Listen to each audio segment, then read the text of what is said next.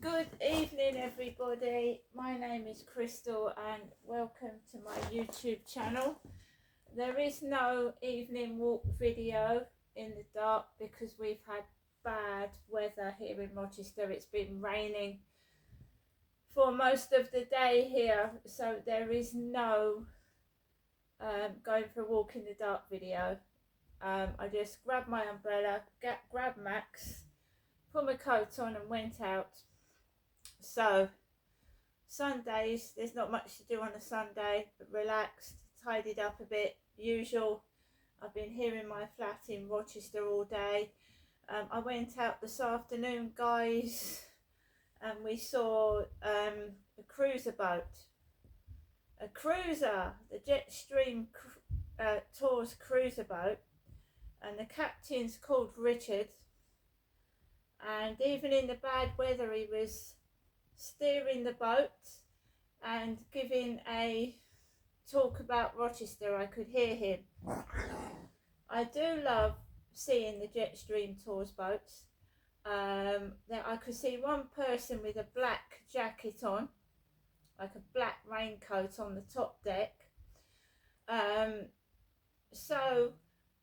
Yeah, I went for a walk with Max. I had a really bad headache yesterday, and I've just been feeling the after effects of it today. I've just felt tired, washed out, and I've really just wanted to relax in my own home, on my own, because I live by myself. So I watched the boat go along the river. I tried to tape it as best as I could. It was hard because there was a jogger running past in the rain, and another man was walking behind me. I managed to get a video of the boat, and later on I'll take screenshots of it and put them onto my Facebook. Apparently it was, they do trips, and this trip involved giving people cider and donuts, farm produce, cider and donuts. So who knows, maybe next year I'll go on one of these boat trips. Well, I live in Rochester, I might as well take advantage of these Jetstream Tours cruises, even if it's just the one around Medway. So I've been writing up my journal, I'm Crystal. I went to the Co-op this morning. I've eaten most of the popcorn because I've been watching films on Netflix, and I watched A Werewolf in Paris, I think it was, because an American Werewolf in London. Has anybody watched that? That film is horrific, and it's a great classic film. So this one was about werewolves in Paris. I like my horror films even during the day, and now it's getting all like autumny and wintry, with all getting dark early in the wet weather. I thought I'd watch a werewolf film. It does feel still that I'm being intimidated, and these things are still going on, but I've got to live my life. I can't spend all my time isolated inside my flat worried about neighbours or people outside. So I go out in all weathers, and even if I'm feeling pretty sick, I'll go out and I'll take Max out, even if it's for 10 minutes and I have to come back. So when it got towards 7 o'clock, I got ready to take my dog out, who's a tiny chihuahua, and I took my umbrella, and there was somebody stood by the lift dressed in black. I went out the back. I just went for a walk around the block, and for the first 10 minutes there was no problem at all, nothing. The first 10 minutes outside, nothing at all. So I was able to relax and walk in peace. And then when I started heading towards the Co-op, one of the tricks that gang stalkers do is make you feel you're being watched, listened to and spied on.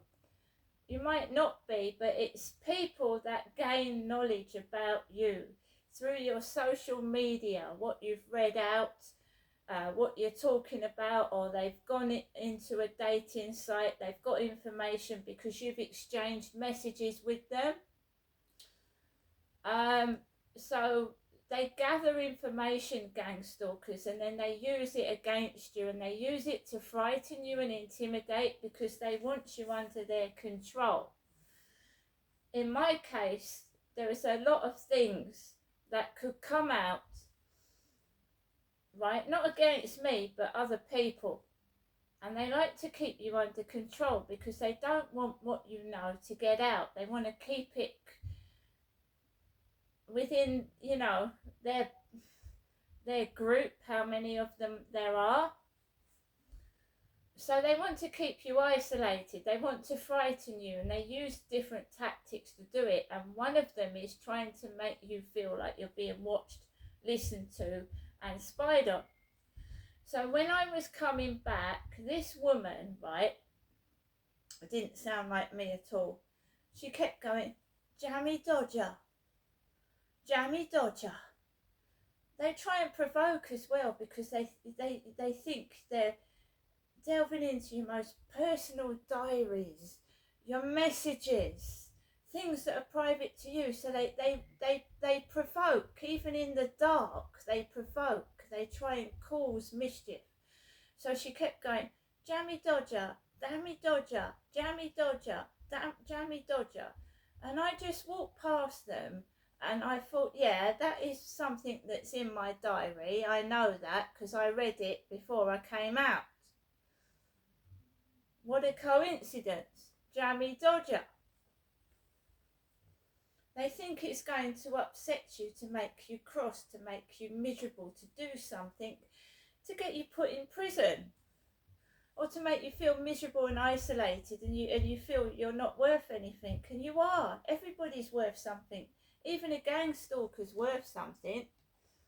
They don't need to act like that, but they do. So after I heard Jammy Dodger, Jammy Dodger, Jammy Dodger, Jammy Dodger, might be the name of a dog, I don't know.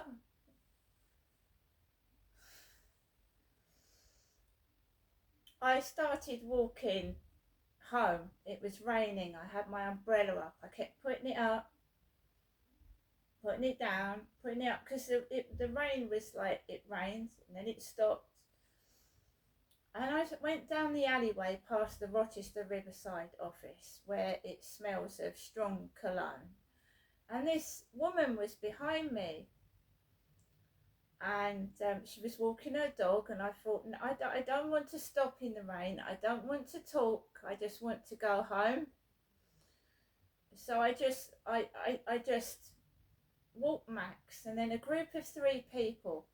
Because I had a group of 3 lads being silly. So they like to recreate and reconstruct what's happened before, because if it upsets you or frightens you, then they like doing that as well. So we had 3 lads, and one of them was acting stupid weeks back.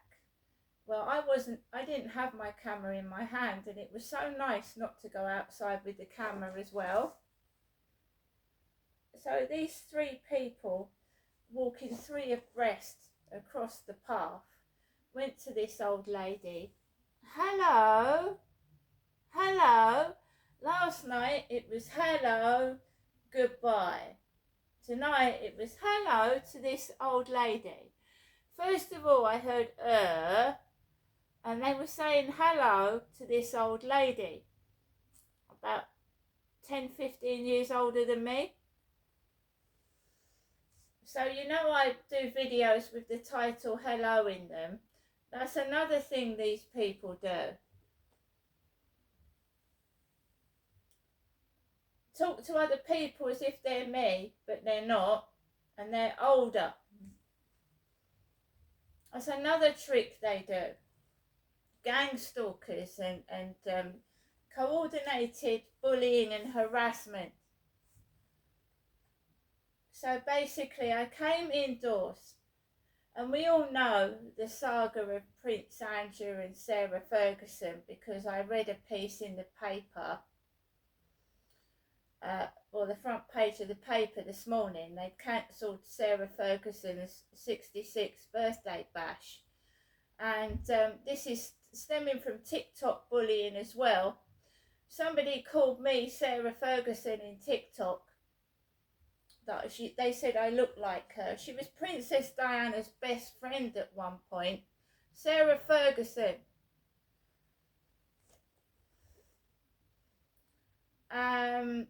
So basically, I've got this in the back of my mind all the time when Sarah Ferguson comes into the newspapers. I mean, she's 10 years older than me.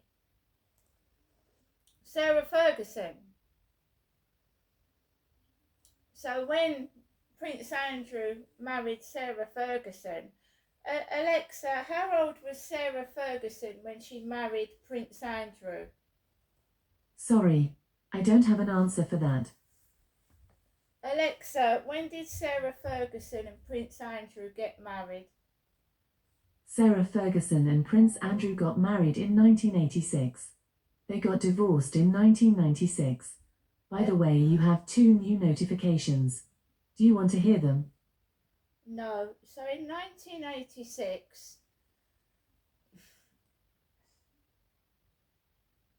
I was 18. So Sarah Ferguson was 28.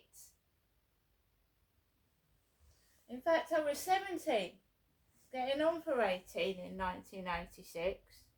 Sarah Ferguson was 28 years old when she married Prince Andrew.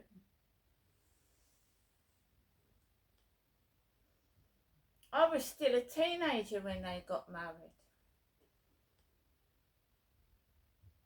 So someone said I look like Sarah Ferguson, which was an insult to me, because does everyone with ginger hair look like Sarah Ferguson, do they? I don't think so.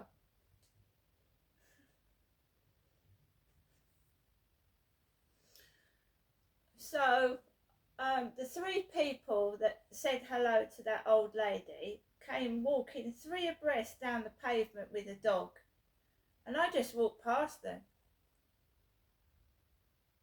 And then I came into my flat and there was a parcel for Sarah. Sarah,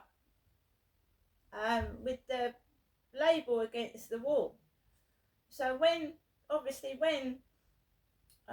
couriers deliver parcels and they put the parcel with the name against the wall, people are going to come in and check who that parcel is for. So it's a really stupid thing to do, put parcels with people's names against the wall, because everybody's going to turn it round to see whose parcel it is.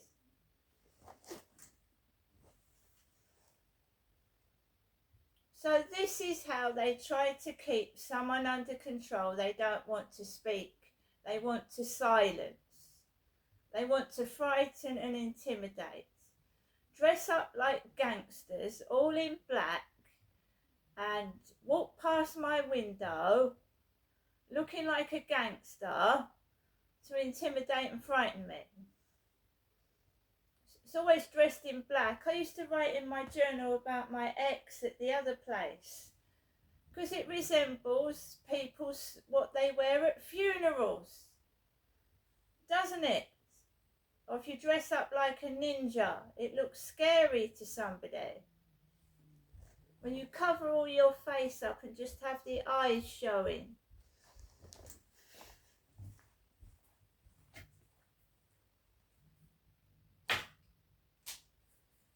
So, I went out in my jeans to the co-op. I wasn't dressed in black. I had my hooded parka coat on and my jeans and my black boots. And I'm certainly not an aggressive, dangerous person. I'm not a man. And I'm just going to go through my TikTok and see if there's anything else I need to see. And Charlie said to me, their darkness isn't mine.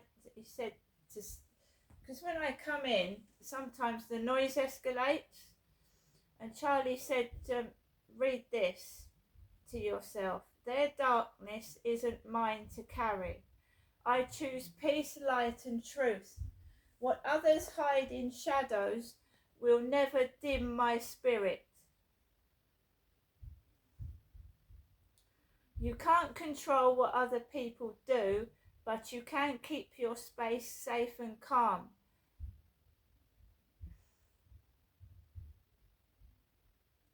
It can really feel like that, Crystal, that the people who cause you stress or make comments do it when they think no one will notice.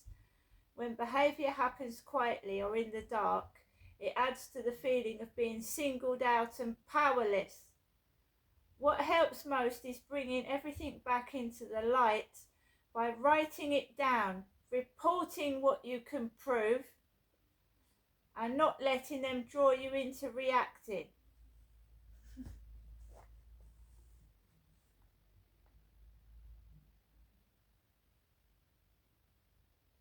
And my mother's part of it. Be good.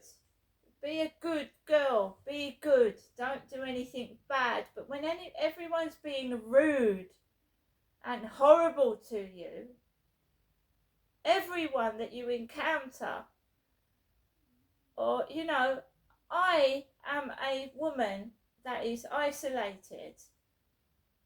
So these people talk to old ladies 15 years older than me and then go, when they see me, because people are spreading vicious rumours on TikTok.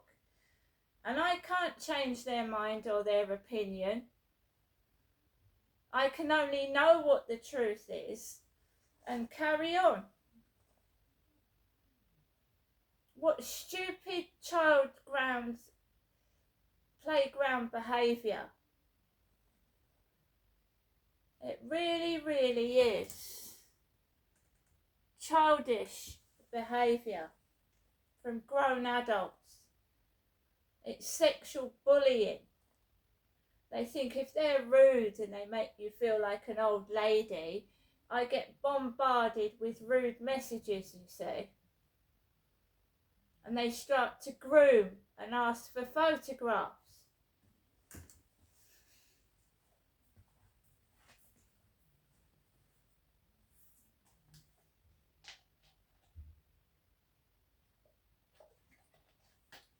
So I'm absolutely trapped. I'm trapped. Because I'll walk all the way into Strood. I'll go into the pound shop. And it's like an acting performance in the pound shop. They've even had dogs in there. Dogs in charity shops. And you're thinking to yourself, what the fuck is going on here? When am I going to actually meet someone real? You don't take dogs into supermarkets and shops. These weren't guide dogs. It's madness. And that's why I take my camera out, because they turn around and say you're lying, and I'm not. I am going to get on with the rest of my evening. And if it goes on like it did last night, I'll do a video. And I think kids go to school tomorrow, don't they?